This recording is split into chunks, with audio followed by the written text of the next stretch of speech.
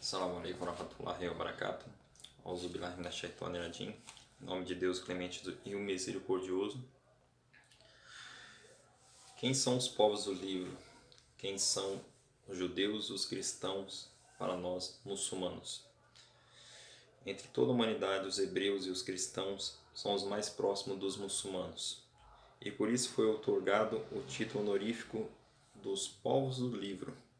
Como os muçulmanos são crentes no Deus único e receptores de suas escrituras, compartilham conosco a crença na cadeia profética. Além disso, muitos de nossos amigos judeus e cristãos se surpreendem quando tomam conhecimento que os profetas bíblicos são também profetas do Islã. As três religiões compartilham um código moral comum. O Alcorão Sagrado diz: muçulmano, dizei, cremos em Alá, no que tem sido revelado e no que foi revelado a Abraão, a Ismael, a Isaac, a Jacó e as tribos, no que foi concedido a Moisés e a Jesus e no que foi dado aos profetas por seu Senhor. Não fazemos distinção alguma entre eles e a eles nos submetemos. Alcorão Sagrado, capítulo 2, versículo 136. A palavra Islã significa submissão à vontade de Deus. O Islã permite ao muçulmano comer os alimentos que lhes são oferecidos pelos povos dos livros, a não ser que estejam propositalmente proibidos, como o álcool e a carne de porco, assim como oferecer-lhes alimento em correspondência. Hoje estão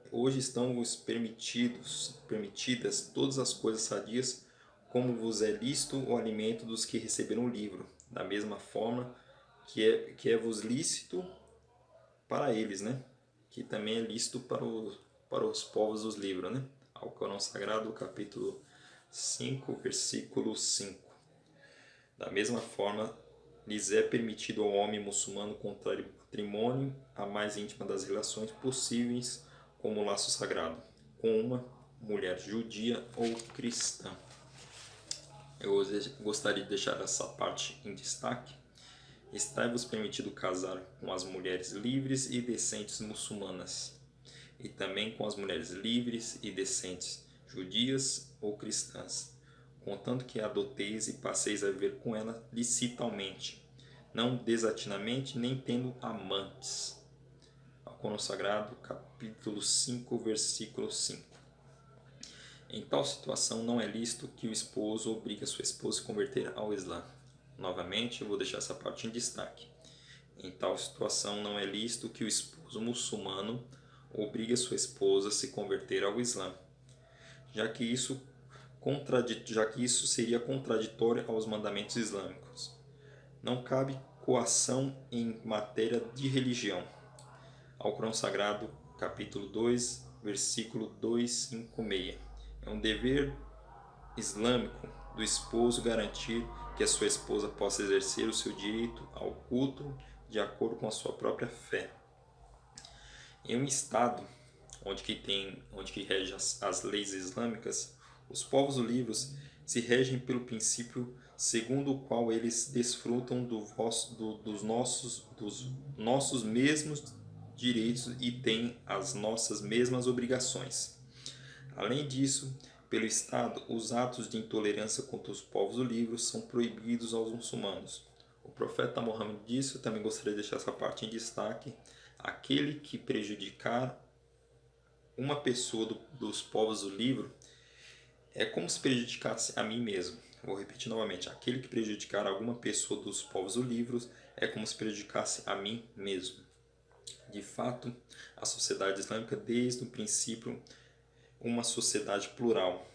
Quando Muhammad, que a paz e a bênção de Deus esteja sobre ele, migrou a Medina para fundar o primeiro estado, todas as tribos que moravam na cidade, incluídas as judias, fizeram um tratado que garantia a liberdade religiosa e a igualdade de direitos e deveres. O Islã não é uma religião exclusivista, como os muitos dizem, né? É uma chamada universal dirigida ao gênero humano. Não é uma religião árabe ou oriental. Isso também é muito importante. como muitos imaginam, embora se dirija a todos os seres humanos, incluindo os povos do livro. O fato de que estes não abracem a fé islâmica não é razão para considerá-los inimigos ou infiéis. De fato, o termo infiel é de origem europeia e foi usado na época das cruzadas para descrever os muçulmanos. A bondade, onde quer que se encontre, é conhecida pelo Islã. Mas nem todos os das Escrituras são iguais. Há entre eles uma multidão que se mantém firme na fé, passam grande parte da noite recitando o livro de Deus e se prostram humildemente ante a ele. Alcorão Sagrado, capítulo 3, versículo 113. Nenhum indivíduo ou grupo pode proclamar o monopólio da misericórdia de Deus ou negá-la aos outros.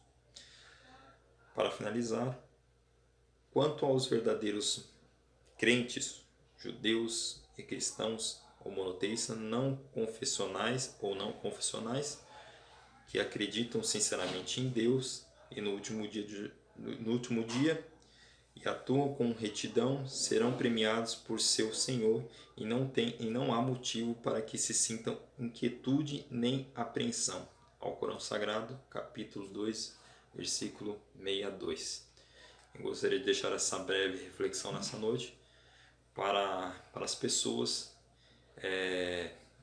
observarem como nós muçulmanos observamos os judeus e os cristãos, né? Não como inimigos, como muitos dizem, né? Como muitos querem provar por aí, né?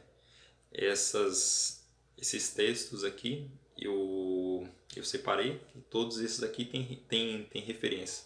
Quem tem o Alcorão em casa, quem tem o Alcorão online, quem tem as referências, pode pesquisar todas que vão encontrar aí, né? Todos eu citei aqui.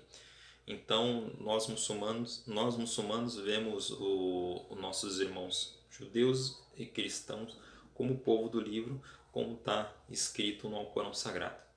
Então eu gostaria de deixar nessa noite um Ramadan Karim, né?